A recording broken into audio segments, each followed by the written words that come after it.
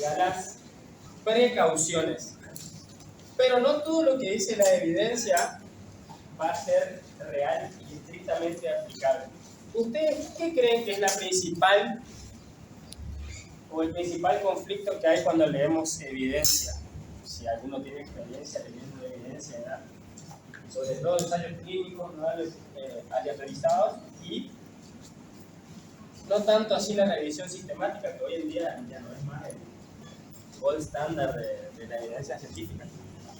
Yo creo que está en un ambiente controlado donde se seleccionan pacientes específicos y capaz en la práctica no tenemos esas condiciones justamente.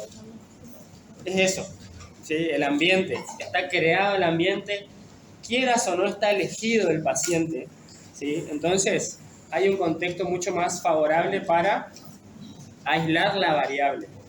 En el día a día no es así, lamentablemente no es así. Por eso ustedes van a llegar, la curva de aprendizaje, no me acuerdo de este muchacho, pero es, en algún momento ustedes van a adquirir conocimiento de base muy empírica, ¿sí? Después cuando conocen la evidencia se van a enojar con los empíricos y van a ir en contra de ellos, como pasa más o menos en cuarto, quinto año. Van a ir porque la evidencia, y después salen a la vida real y le piden perdón al empirismo, perdón, no era tan así. ¿Sí? Si bien en kinesiología nosotros tenemos muchas investigaciones actualmente, hay áreas de las ciencias médicas que tienen una base empírica muy sólida y andan muy bien, como la odontología, por ejemplo. ¿Sí? Entonces, no todo es un extremo u otro. ¿Sí?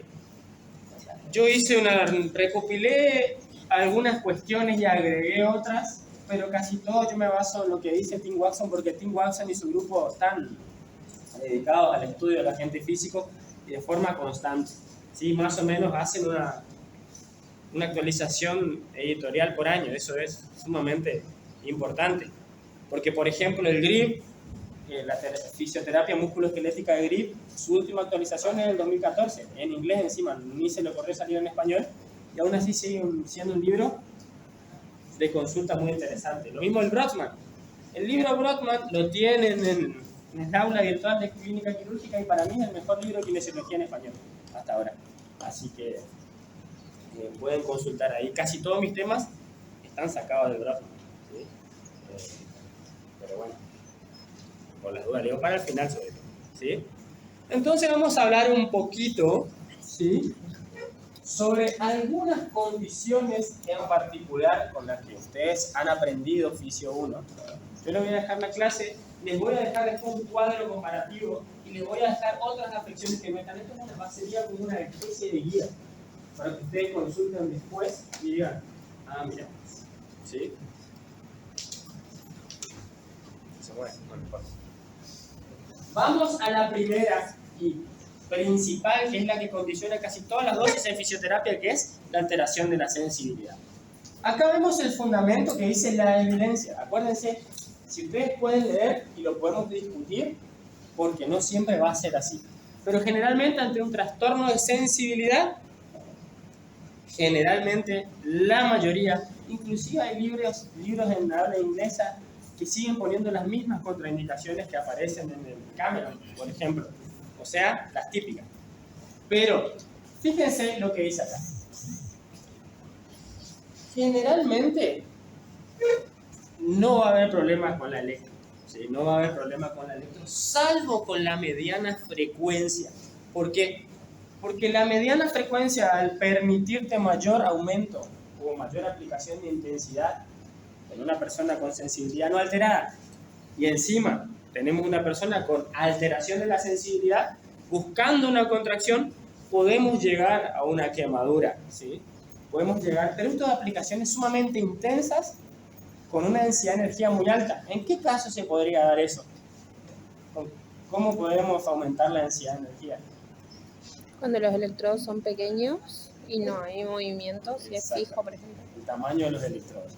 Entonces, prueben nomás ponerse una corriente interferencial o una australiana a alta intensidad mucho tiempo, se van a quemar así. O sea, no hay problema.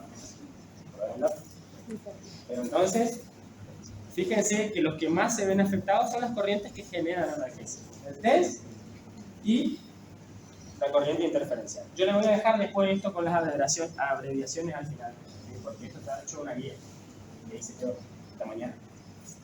Entonces, la mediana frecuencia puede quemar, eso lo hizo Ford, etc. Son estudios aislados, igual como dijo la compañera, pero para tener en cuenta. Después fíjense cómo le armé el cuadro.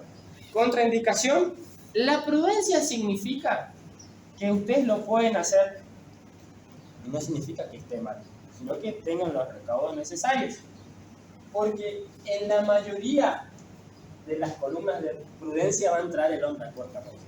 La evidencia no habla de terapia resistiva, pero la vamos a incluir a lo largo de la clase, ¿sí? De la radiofrecuencia. ¿Sí? Esto sería más hacia alteración de la sensibilidad, pero por ejemplo, hiperalgesia, ese tipo de cosas. Sobre no todo, disminución. Claro, disminución de la sensibilidad. Ante la hiperalgesia, ya sabemos que la sensibilidad está aumentada. Ajá. Entonces vamos a manejar más los umbrales. ¿Sí? Okay. Pero sobre todo la disminución de la sensibilidad. Fíjense que el calor superficial y el frío superficial sí son sumamente riesgosos en una persona que no puede sentir la sensación. Pero en cambio, el onda corta no, ¿sí? El onda corta en una alteración de la sensibilidad lo pueden utilizar. ¿Por qué será? Sí, porque es de adentro hacia afuera, si lo percibe ya una persona que esté sana sin alteración, si lo percibe porque le quemamos. El calor va de adentro hacia afuera, ¿sí? Lo que más tienen que corroborar en el aparato es que genere lo que dice generar, ¿sí? Pero ¿qué es lo más importante de la alteración de la sensibilidad? Que cualquier alteración de la sensibilidad va acompañada de una respuesta simpática, sobre todo relacionada con la circulación. Por ende, un tejido que no siente está menos irrigado de lo normal. Entonces, usen las pruebas de semiomédica. ¿Ustedes dieron semiología circulatoria? No. ¿Les dieron algo de eso? No. Y ese tobillo brazo, sí, eso ahí. esas cosas, cuestiones que se pueden hacer en el día a día. En semiomédica. Pero bueno, si no lo miramos. Pero una de las... A ver, no va a haber un trastorno muy importante en la circulación. ¿Qué es lo que va a definir que ustedes hagan algo no y tengan miedo? No, es la historia clínica. ¿Sí? Que no se les escapa ni una tortuga. Suele pasar. Ya les conté el caso del paciente que yo creí que había, o sea, que venía por un post-cáncer de garganta, tenía una cirugía así, y le puso en la corta. ¿Sí? Le puso en la corta a mi riesgo. Si bien, no sé si hubo relación directa, pero después, un tiempo después, cáncer apareció. No creo que haya sido el 100% la culpa, no lo sabemos, había que estudiarlo. Pero bueno, yo le expliqué los riesgos y le dije, ¿lo podemos trabajar así? No tenía una radiofrecuencia resistiva que hubiera sido lo mejor, que ahora vamos a hablar de neoplasia, pero es para que ustedes después aprendan nomás la situación. Si lo que dice la evidencia y lo que dice mi poca experiencia es que lo peor que puede pasar con un agente físico y ustedes no se den cuenta es un trastorno circulatorio. Un trastorno circulatorio. Sobre todo arterial. ¿Sí? Arterial, y eso es muy fácil de evaluar. ¿Sí? También el profe Lorenzo contaba una anécdota que nunca me voy a olvidar más, pero la tendría que contar él, de un paciente que ¿La de policía? le ponía una onda corta y estaba aplicando calor y cuando él le toca el segmento con el onda corta estaba helado. Yo tengo una pregunta porque todo esto, índice tobillo-pie, por ejemplo, todo sensibilidad es como muy de los miembros. Pero justo hoy atendimos un paciente con Agustina en el SUB, que ella hace 4 años no siente la de mi cara izquierda. Y ahí, por ejemplo, si tienes alteración de la sensibilidad desde ese momento, producto de una ACV, entonces en ese caso va a estar disminuido, y ahora vino por una parálisis periférica, ahora, digamos, agudo. Y ahí entonces sí va a tener alteración de la circulación, pero eso yo ahí, evaluación. Claro, la microcirculación se va a ver alterada de forma exagerada. ¿Sí? Por eso es importante el estudio de la termorregulación para que ustedes puedan ver de qué forma pueden incidir. Porque si ustedes, ahora vamos a ver el trastorno circulatorio, creo que está en lo último, pero si ustedes tienen un déficit circulatorio y quieren activar la circulación periférica, lo pueden hacer por una vía más lejana, pero acuérdense que el primer mecanismo que se activa es la circulación periférica cuando generan termorregulación, ¿sí? Entonces no hay un mayor riesgo. Pero si hay obstrucción, ¿sí? ¿Qué sé yo? ¿Qué es un dato de la historia clínica que nos puede llevar al recaudo en la aplicación de calor? Un dato importante en la historia clínica de una persona, que te puede decir, o vos le preguntás, y te genera un factor de riesgo importante para la arteriopatía. ¿Diabetes? Eso ya es muy evidente, pero otra cosa. Porque por ahí le voy a decir diabetes, no, hipertensión, no, listo. ¿Y que se le hinchan los pies? No sé. No hay signos importantes todavía, pero ahora resiste, se adapta a ese cuerpito. Pero ¿cuál es el dato principal, el principal factor de riesgo externo y modificable para la enfermedad arterial periférica? Estaba aquí.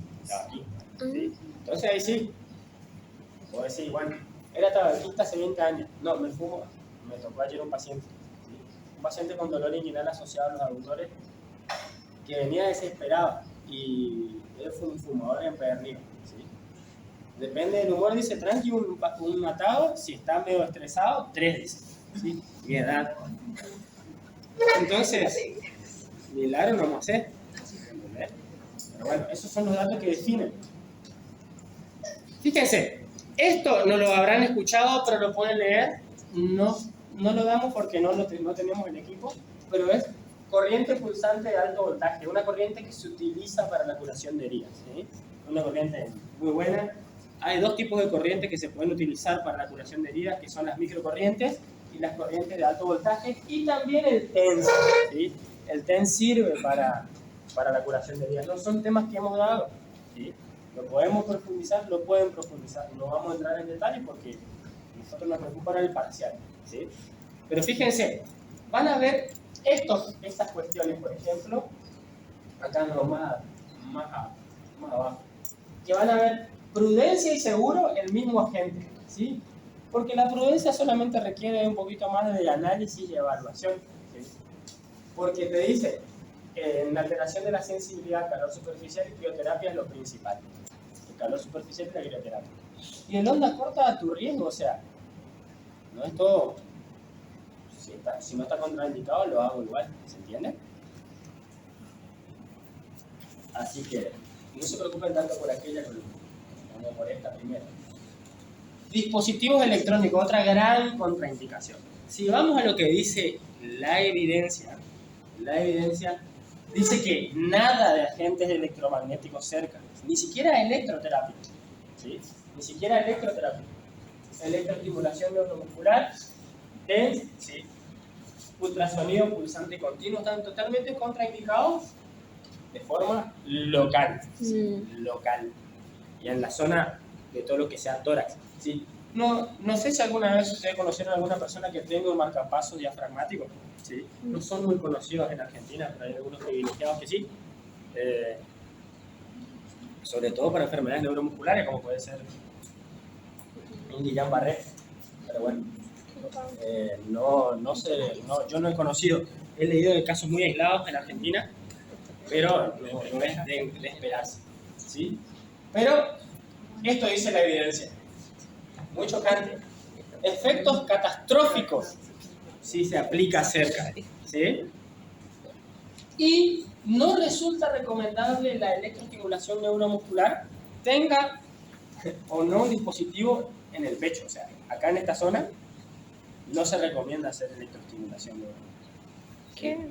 La electroestimulación neuromuscular, cuando ustedes ven los libros, se refiere pura y exclusivamente a la derivada de la faraica, ¿sí? Por eso después hace la diferencia con la mediana frecuencia e inclusive con la corriente interferencial, que van a ver algunos libros que le dicen mediana frecuencia y corriente interferencial, porque la corriente interferencial al fin y al cabo hace efectos de baja frecuencia, entonces no está bien definida como mediana. Esto es una cuestión de datos nomás, nada más. Pero la electroestimulación neuromuscular, ustedes saben que la corriente farádica, las rectangulares bifásicas, son muy parecidas al estímulo nervioso. Entonces, ustedes pueden aplicar en la zona del tórax, por ejemplo, capaz que algún susto se pueden llevar, no lo sabemos, ¿sí? Pero hay registro de que la estimulación neuromuscular en el tórax genera estimulación del nervio vago y el tipo te puede generar reacciones simpáticas, ¿sí? Les cuento una anécdota. Ayer, por ejemplo, atendí a una paciente con bruxismo cuando hago el masaje del diafragma, ella empieza a llorar, y empieza como a expresar emociones. Y eso es reacción del nervio vago. Lo mismo podía pasar si yo le ponía algo de electro, ¿sí? Porque el estado de base es lo importante, ¿sí? Una mujer con 4 cirugías en el corazón era bastante complicado, ¿sí? Entonces, siempre define el contexto del paciente. Y fíjense acá, van a ver esto, local, a nivel local y a nivel cualquier parte del cuerpo, así lo dice Watson, ¿sí? Cualquier parte del cuerpo generalmente cuando habla de tórax es todo menos extremidades, ¿sí? Y lo que te dice con respecto a la prudencia en todos estos agentes, vos tenés una persona con marcapasos, por ejemplo, probable en un lugar lejano. ¿Y qué más te dice la evidencia? Que tengas un cardiodesfibrilador cerca por las dudas. Pero eso no son cosas con las que nosotros estamos en contacto, es solamente para que ustedes sepan lo que dice la evidencia, ¿sí? Pero, de todas formas, una cosa es, yo tengo un marcapaso, tengo una corriente electromagnética con una alta longitud de onda o una onda corta. Aplico acá y en el pie, y es mucho más riesgoso que si aplico acá y en el pie, ¿se entiende? Eso es la prudencia que ustedes tienen que tener. Y el costo-beneficio siempre le digo. ¿Ustedes vieron vibración terapia o vibroterapia en Fisio 1? No. Hay dispositivos muy chetos que generan vibración, ¿sí? Y por lo general esas vibraciones generan un efecto muy potente en el interior. Es lo mismo que nuestra oscilación que yo les enseñé a un nivel un poquito más a mayor escala, ¿sí? Entonces,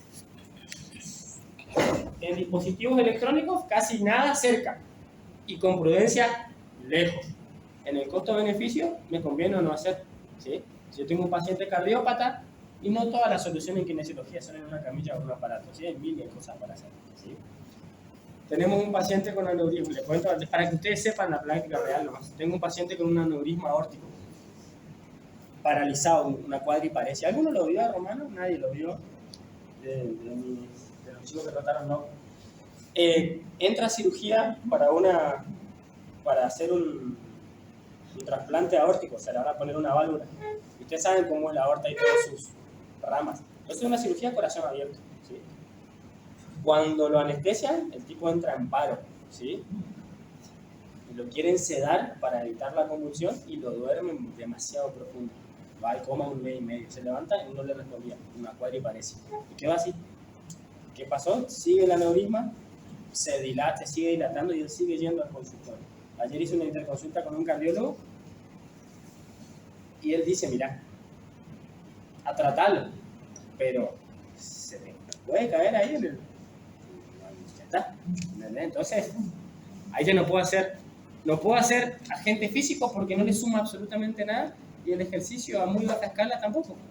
Y bueno, ni siquiera se puede levantar del piso, obviamente no tiene apoyo, pero no le podemos hacer por el demandante gasto cardíaco. Entonces, es raro porque yo no le puedo decir, che, deja de venir, ¿sí? Pero sí tenemos que estar preparados. Si justamente tratar de noche vamos a hacer un taller de reanimación con Nico y Cintia, por la duda, ¿viste?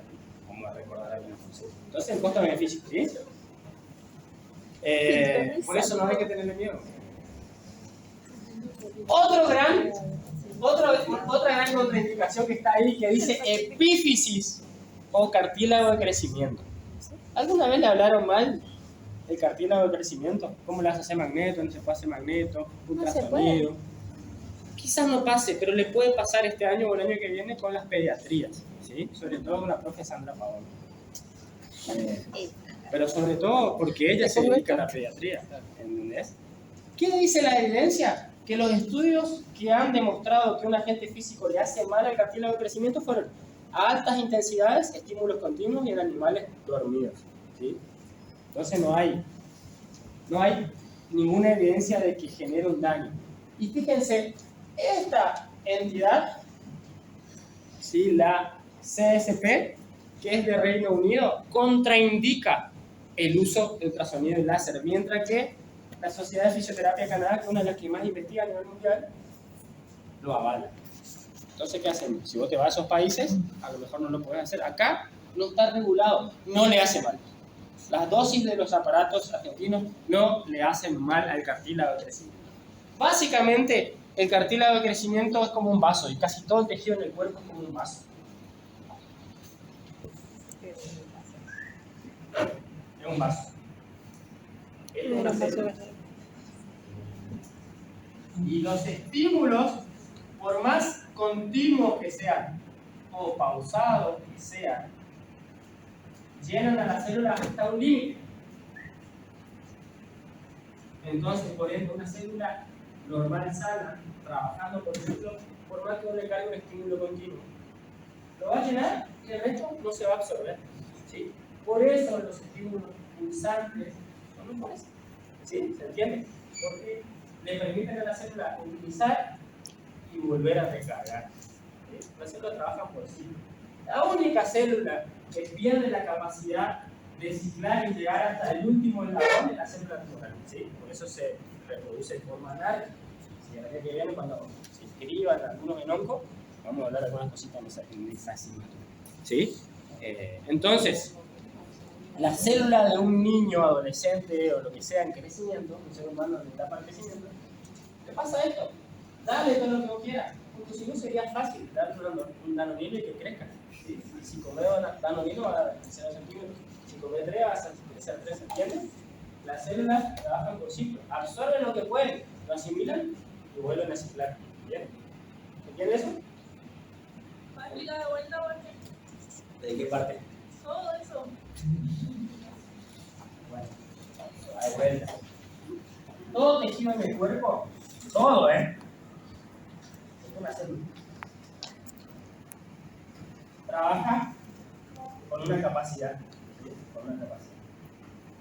Si vos excedes la capacidad de carga de esta célula, todo lo que vos cargues, ponele que carga hasta 100 mililitros de energía a una célula.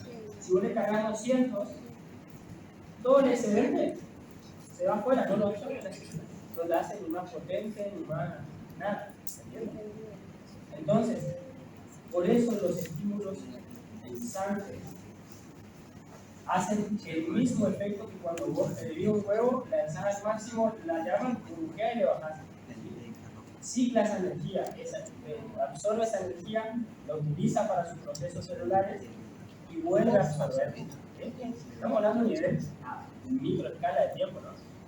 Entonces, ¿qué se decía antes de eso, de los cartílagos de crecimiento? Que vos le das a una célula en crecimiento, le cargabas estímulos, le cargabas estímulos y esto respondía de forma normal. No, porque la célula normal trabaja así por ciclo. Absorbe hasta que tiene su capacidad y lo saca afuera. Entonces no le hace mal ni el láser, ¿sí? Ni el magneto, ni el ultrasonido, ni el onda corta. ¿Qué podría pasar? El único agente que podría estar contraindicado sería el ultrasonido pulsante, el continuo, perdón. ¿Sí? Pero nada más. Hay evidencia de que el ultrasonido continuo, sobre todo, ha generado daño en los hilos en una sutura meniscal, por ejemplo. Entonces no es nomás por ultrasonido. Y van a ver que en algún consultorio se puede llegar a hacer ultrasonido en una sutura meniscal. Y después el costo-beneficio no sabes, porque hoy se sabe que te operen la rodilla, el menisco o no, el resultado es exactamente el mismo. ¿Sí? Corre más por la terapia física. Qué sé yo, ahora tenemos una bailarina que tiene una beca para bailar en, no sé, en qué país, la verdad no es una paciente mía, es mi colega, y no quiere perder la beca, yo tampoco la querría perder. Entonces, le hablamos con el médico que operamos, el cruzado roto, pero no tiene signo de inestabilidad clínica. Encima, ustedes cuando ven cruzado, si ya lo vieron, clasifican a los pacientes en compensador y no compensador. Ella es una chica compensadora, no tiene inestabilidad clínica, salta, trota, baja, hace ejercicio en pie y no hay inestabilidad. Diferente sería que ahora le pongamos el pie al vago que el Marcelo le pegó planchazo y le rompió toda la rodilla. ¿Sí? El vago va a hacer esto. Lo que define siempre es la clínica. Entonces, en ella estamos tratando de salvarle la beca no operando. Podemos fallar, pero bueno, es lo que decidimos, el costo-beneficio. ¿Sí? Entonces, fíjense que en cartílago no hay ninguna contraindicación. ¿Sí? Hagan lo que quieran. ¿Sí? Salvo que, bueno, haya un antecedente tumoral. Una célula tumoral de un niño con un agente físico vuela. ¿Sí? Y fíjense que crioterapia, láser, calor superficial, lo que sea, es sumamente seguro para el niño. ¿Sí? Pueden hacer fisioterapia en los niños. Yo no me dedico a la pediatría y los docentes de larga data en pediatría les van a discutir esto. Pero son criterios nomás, después te decían. ¿Sí? Si se pueden hacer la residencia en pediatría, pues van a ir con la evidencia a tratar de renovar las cosas. ¿Sí? Después, en las neoplasias, la columna del medio. ¿Sí? Esto está clarísimo.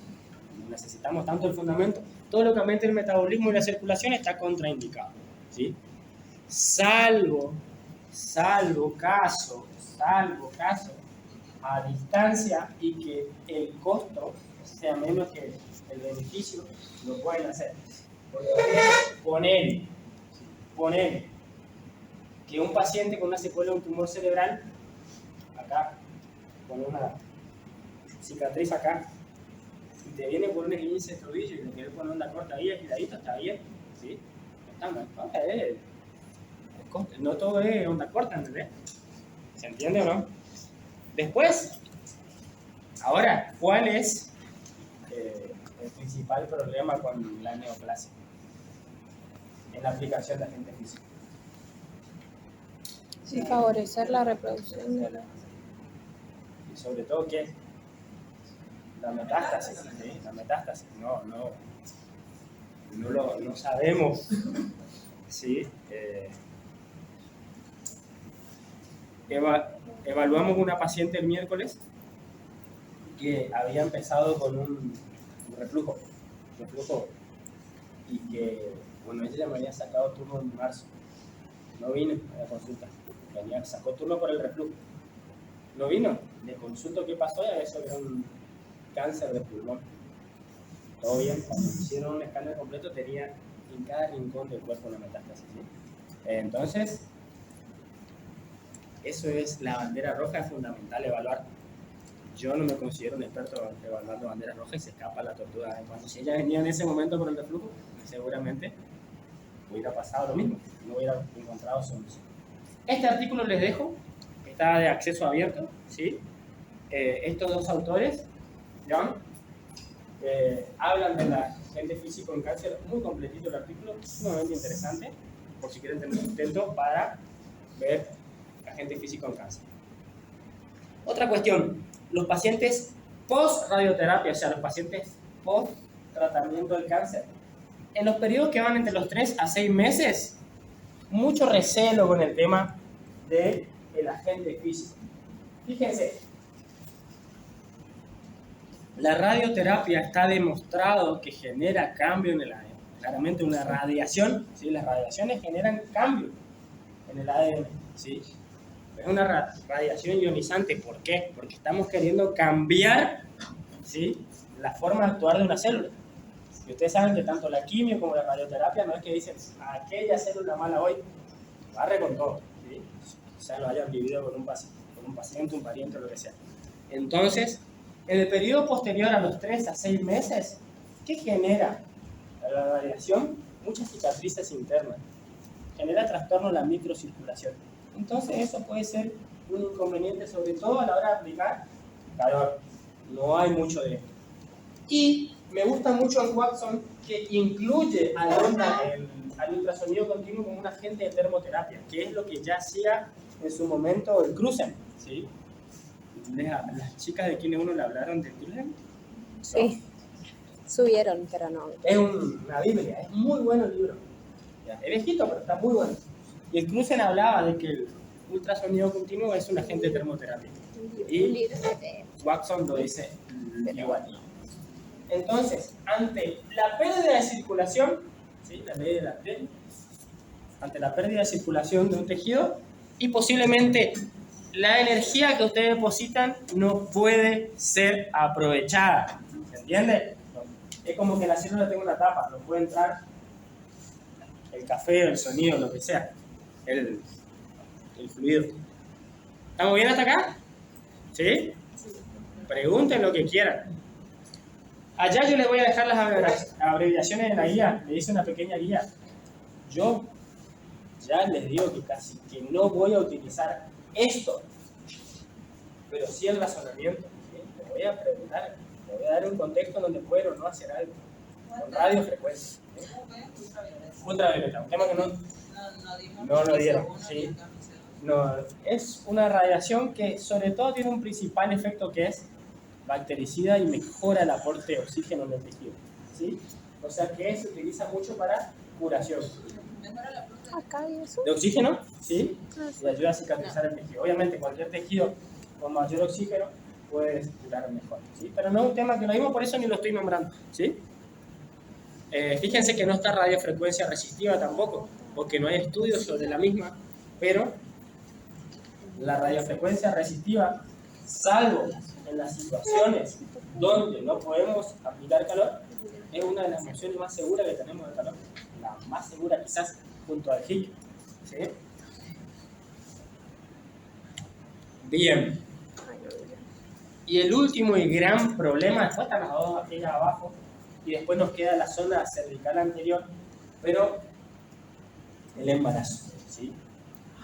Y fíjense que Watson te hace una ensalada con el tema de la gestación por la cantidad de evidencia no concluyente que hay. ¿Sí? Pero no hay evidencia clara de que yo hice un agente físico y el feto se alteró. ¿Por qué? Porque para hacer un estudio de esa índole tenemos que juntar mujeres o personas embarazadas que se expongan a un agente y que corran el riesgo de perder el embarazo. Entonces no hay registro. No hay registro de fisioterapeutas que hayan estado expuestos a corrientes electromagnéticas de larga longitud de onda como la onda corta que se haya generado alteración del feto, ni pérdida de embarazo, ni alteraciones genéticas. Acuérdense que la onda corta es una radiación no ionizante, pero tiene la capacidad de agitar el agua. Y por ende, un feto menor a 3 meses podría ser bastante interferido por la corriente de onda corta, pero tendría que estar extremadamente cerca, ¿sí? O sea, acá. O sea, esto tendría que hacer. O sea, no. Se puede utilizar, yo utilizo muchas aplicaciones, pero tendríamos que indagar a ver si. Lo mismo que si aplicas durante el ciclo menstrual, pasaría lo mismo, estaría sangrar. Entonces, a pesar que las aplicaciones en la zona lumbar, abdominal, ¿sí? Pelviana, no llegan, de cualquier agente físico, no llegan hasta el útero, hasta el fondo del útero, posiblemente si exponemos constantemente, podría generar un efecto que todavía no está demostrado. ¿Sí? El TENS, hay un tipo de TENS que es el All TENS, ¿sí? El tipo de acupuntura que genera contracción. Ese TENS podría generar, por más efecto analgésico que genere, respuestas, ¿sí? De contracciones uterinas. ¿Sí? Pero solamente si es TENS de modo o tipo acupuntura. Los aparatos de mediteas actuales no tienen ese modelo, pero los que compraron el aparatito ese sí tiene ese modelo, sí tiene ese tipo, es más, ese es el único TENS que tiene, que genera contracción, vibración. Entonces, en las embarazadas por ahí, yo no elegiría tanto hacer nada que involucre la zona, salvo que sea estrictamente necesario. Hay una técnica de hacer que es un trabajo prenatal que se hace bastante en la fecha de parto. Ajá. Se utiliza esa técnica con trabajos ejercicios para estimular la fecha de parto. Buenísimo, eso sí, ahí tienen, es lo mismo, llevado a un contexto mucho más lógico, está excelente, no es mi área de... Se habla con el obstetra y se dice que cuando tienen poca dilatación, entonces empieza a trabajar con los músculos internos para aportar y dar una mano Buenísimo, claro.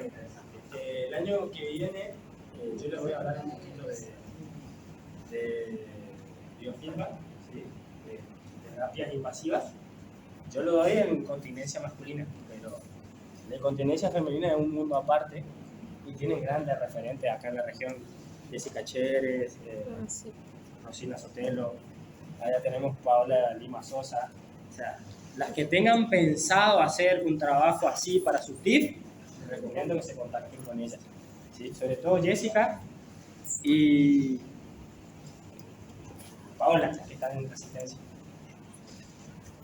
Son de lo mejor que he escuchado en esa área. Muy bien.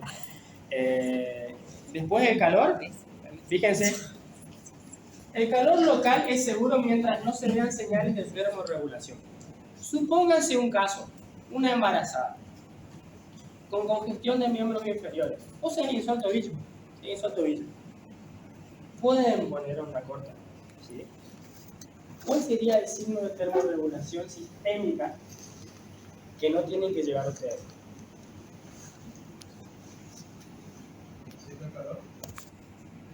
El calor va a sentir porque ese es el objetivo.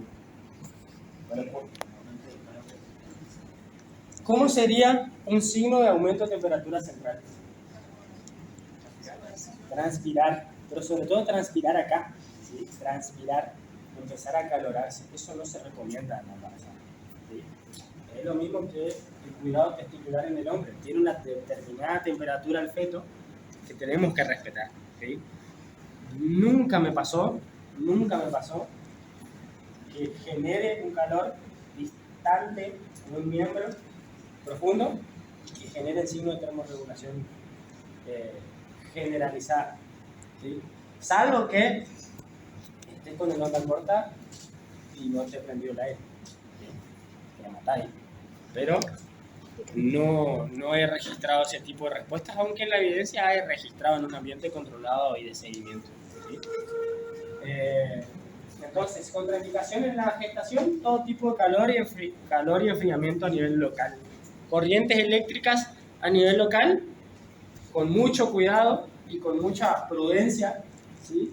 Y como dije acá, es con buenos criterios, como estaba diciendo la compañera ahí, si ese es el objetivo de la terapia, pues ahí irá.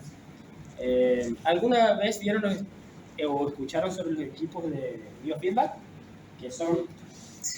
Pueden ser tranquilamente, porque ya lo estuve viendo para adaptar ese aparatito que yo tengo, que va un software en la compu o en el celu. Entonces, la paciente o el paciente juega con las contracciones del suelo pélvico y mueve un jueguito en la pantalla. Sí.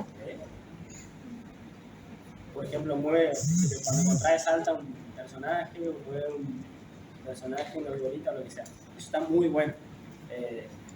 En algún momento me gustaría traer a alguien que dé esa clase acá. Por eso este año ya hice contacto con las chicas. Así que el año que viene posiblemente pueda haber esa clase física. No sabemos. Bien. ¿Qué más? Bueno, y el test durante el embarazo lo pueden utilizar si en algún momento tienen la posibilidad de estar en esa situación. Los tests que generan vibración, o sea, estímulo solamente en las fibras beta, sin generar estimulación de receptores musculares, pueden utilizarlo para el dolor durante el parto. Eso está buenísimo, ¿sí?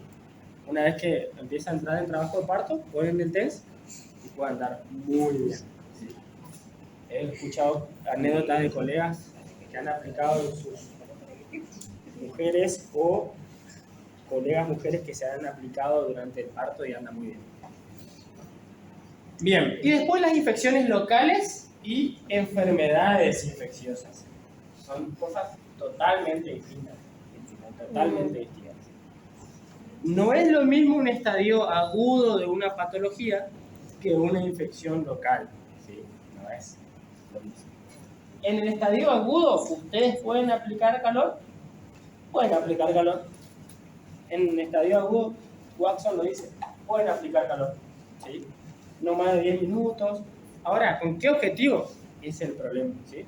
Si está en agudo, una lesión aguda, tenés un poquito de paciencia, hermano. O sea, va a curar, por eso está inflamado, ¿sí? Si vos querés, por ejemplo, crioterapia, que es un tema de fisio 1, no me dejaron darlo. Ustedes me dijeron, no es nuestro tema.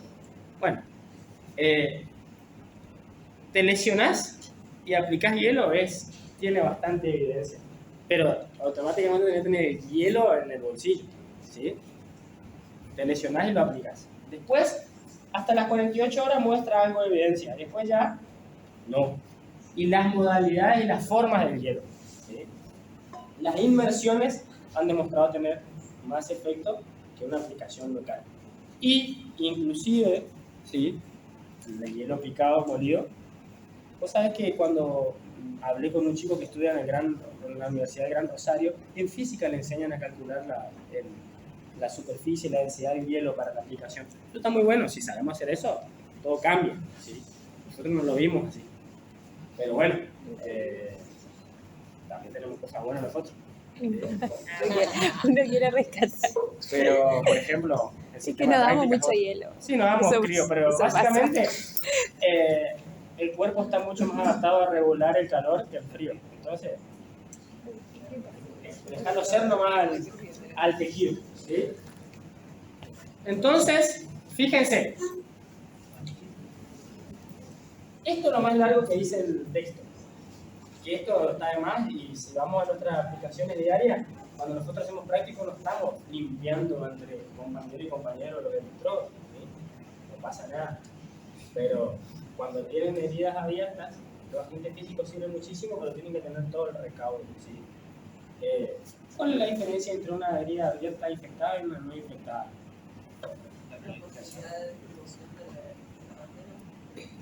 ¿Qué ven ustedes ahí? Está colorada, está roja. La rojiza, ¿qué más? La temperatura. Temperatura, ¿qué más? Supura. Totalmente. Eso. Pero sobre todo, porque ¿ustedes alguna vez vieron una escarectomía, una estarotomía, cuando una herida raspada que tiene como una lagunita de sangre, ¿sí? Y como pacífica, no se mueve, está ahí parece. Pero en cambio, la infectada la suda parece, que sale agüita. En su estadio inicial quizás no tenga nada de punto todavía, ¿sí? Pero eso es importante porque Magneto nosotros tenemos el caso me tocó vivir un caso cuando estaba en otra provincia, que el chico era jugador de básquet, era uno de los mejores de su categoría. ¿Dónde está Seba? Cuando tiene 14 años, ¿en qué categoría están? U15, bien. El chico se cae de un árbol y se rompe, fractura supracondílea. De acá a 4 semanas tenían un viaje. Entonces, bueno, en ese momento el hombre que me estaba formando a mí, que es exactamente el mismo que lo formó a Víctor, nosotros fuimos formados por el mismo tipo, decidimos porque con el médico, o sea, decide el kinesiólogo y el médico, no lo inyectemos, vamos a ponerle un castrillo y le vamos a mandar a poner magneto cada 8 horas, 3 veces por día. Y el tiempo se redujo, ¿sí? En 15 días la fractura estaba nuevísima y sin rigidez articular, ¿sí? Viajó el chico, ¿sí?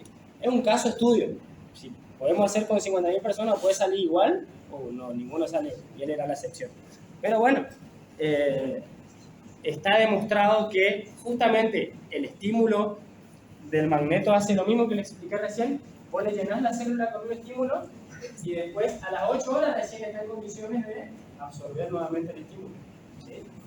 Así que lo pueden probar. Generalmente eso es un buen ingreso pasivo, digamos, Sí. alquilar magnetos y darle a los pacientes. Es más, Watson lo recomienda. Los equipos se alquilan, ¿sí? Todo bien con la moral, la ética, lo que sea, pero con el bolsillo tampoco se van a meter, ¿sí? Porque el año que viene ustedes van a tener legal, ¿sí? Y le van a salir con cosas que en la vida real no están así, pero es para que lo sepan, ¿no? Igual que lo mismo, me cae, qué sé yo, una inspección y yo estoy poniéndome una corta en pata en mi consultorio, capaz me cagan a pedo, pero bueno, lo siento, ¿sí? Y bueno, como les decía acá, el deterioro circulatorio y el área cervical anterior, mucho cuidado con esa área. O sea, yo nunca hasta ahora vi que alguien ponga de forma alocada un agente físico en la cara anterior del cuello, pero sepan que pueden esperarse reacciones simpáticas, ¿sí? Ustedes saben, ¿sí? Los que ven lucha, MMA, lo que sea, que todo lo que tenga que ver con obstrucciones circulatorias en el cuello, te duerme, ¿sí? Las reacciones simpáticas, el yugo carotidio, un termorreceptor, ¿sí? Un termorregulador. Entonces, tengan cuidado con eso, ¿sí? Porque suele todavía verse un sándwich de cuello con las placas de los mejor, ¿sí? A ver, no está mal, pero vos practicás con compañeros acá. Es lo mismo que el estudio científico. Después vas a poner un paciente y no va a pasar un día que se le va a dar vuelta al ojo y te vas a asustar. Entonces vamos a evitar eso, ¿sí? Vamos a evitar eso. Y sobre todo en cardiópatas. ¿Y cuál es la cardiopatía más común que vemos? La hipertensión. La hipertensión, ¿sí? Entonces cuidado ahí. Por eso si van a poner calor en el cuello, o pongan radiofrecuencia resistiva, o el onda corta, no le hagan los sándwiches, sino pongan lejos, ¿sí? Porque suele pasar. O esas personas que meten la cabeza dentro del magneto. La cara. O sea, suele haber lugares. No está mal, pero no va a faltar un día te toque uno que no te va a salir tan bien. Ahí vos tenés que decirle, mirá, un paracetamol te sale 900 pesos y ponerte media magneto te va a salir 4.000. Así que vos elegís, ¿se entiende? Y bueno, el deterioro circulatorio. El índice. Vos te das cuenta cuando la persona tiene una alteración circulatoria, sobre todo la venosa, ¿sí?